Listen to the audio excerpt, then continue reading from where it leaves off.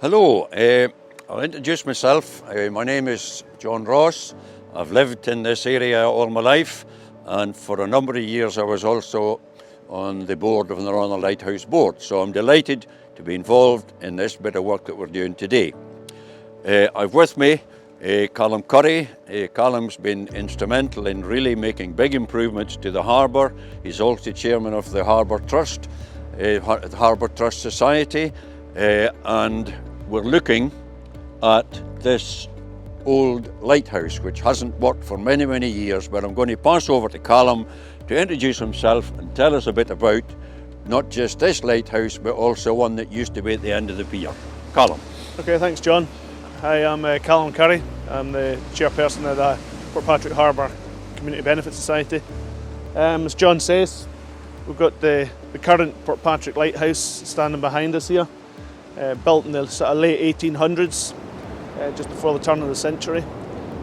This lighthouse actually didn't really work for very long at all before it was superseded by Killantringan Lighthouse, which was built and commissioned just a few years later. But previous to this lighthouse, there was a bit more interesting lighthouse out in the end of the old pier, which was built by John Rhins back in the early 1800s, around about the 1830s it was finished. And that lighthouse unfortunately succumbed with the pier to the North Channel and the weather. And today that lighthouse now stands in Colombo Harbour, Sri Lanka, where it was disassembled in Portpatrick when the pier was undermined in a storm in the late 1830s, and taken brick by brick to Sri Lanka and re-erected in Colombo Harbour.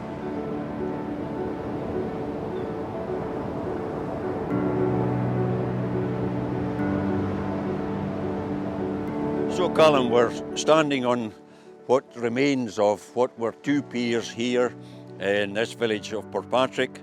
And of course you can point out, if we go further out, that's where the other lighthouse was before it was transported.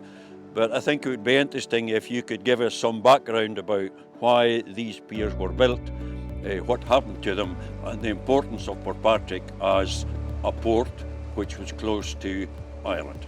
Yep. Well, Portpatrick was a very important harbour to the trade between Ireland and Scotland, and indeed the whole of the UK back in the early 1800s. It goes even further back than that. However, there was two piers built here at Portpatrick in the early 1800s.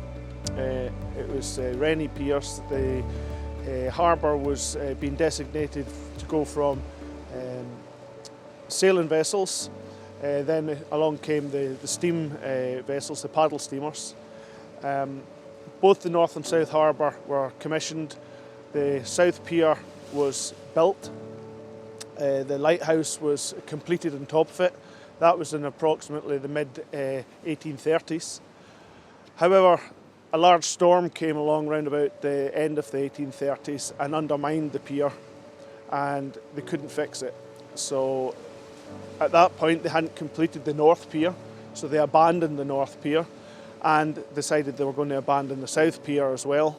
And at that point, that's when they decided they would take the brand new lighthouse away stone by stone.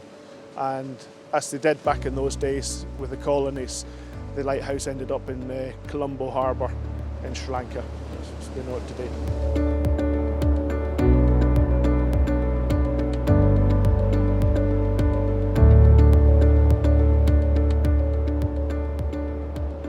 I think it's interesting to remember that one of the reasons that the port was built, the harbours were built here and also across at Donaghadee, was that this was indeed a military port. The British government always wanted to have the ability to ship personnel, military personnel and goods back and forward between the UK and Ireland, and this was the shortest crossing because as we look across, we're only 19 miles from Donaghadee. So it was an important military port as well as for goods. And it's interesting that there are two streets in Portpatrick to this day. One's called Colonel Street and the other one is called Barrack Street, which indicates that this was indeed an important military port. And one of the interesting things, because I have a farming background, is that at one time a lot of cattle were brought over from Ireland and landed here in Portpatrick.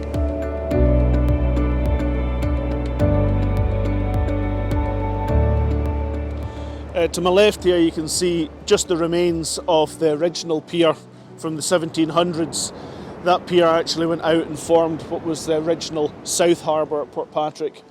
Portpatrick being made up of a South Basin, a North Basin, and later on in the mid-1800s became the inner dock that you can see behind me there.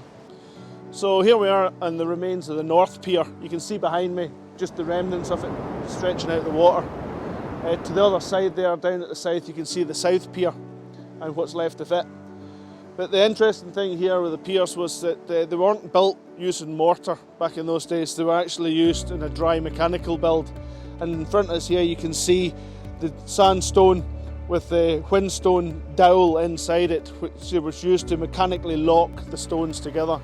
Unfortunately, it didn't bear so well with the ferocious North Channel, hence both piers lie in ruins.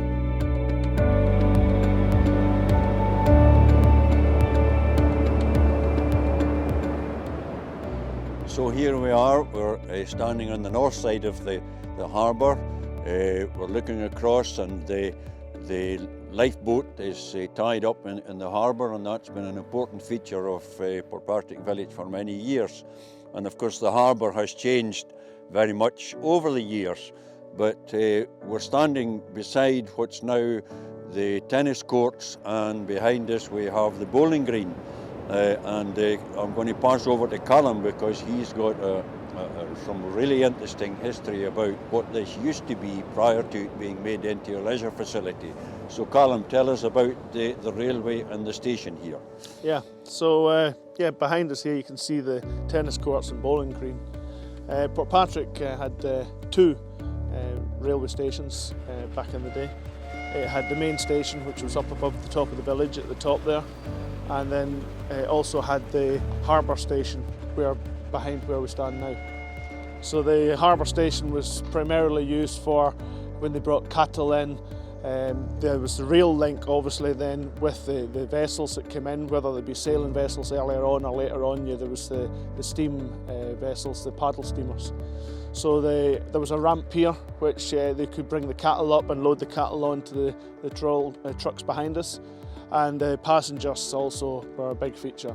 In latter years, after the harbour finished working with the paddle steamers, there was a lot of tourism in Portpatrick, and they used to run trains all the way from Glasgow down specifically to Portpatrick, bringing hundreds of holidaymakers, visitors, whether it be for the day or for the weekend.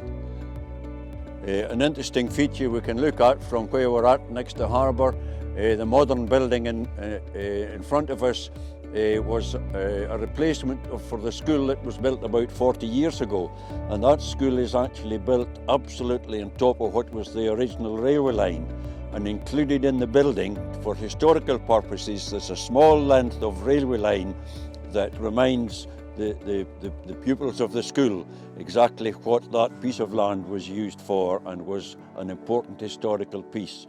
And a sad position was that on one occasion a train from Glasgow, unfortunately a young lady got caught in below the train, and that also commemorates that sad event that happened exactly where the school is situated.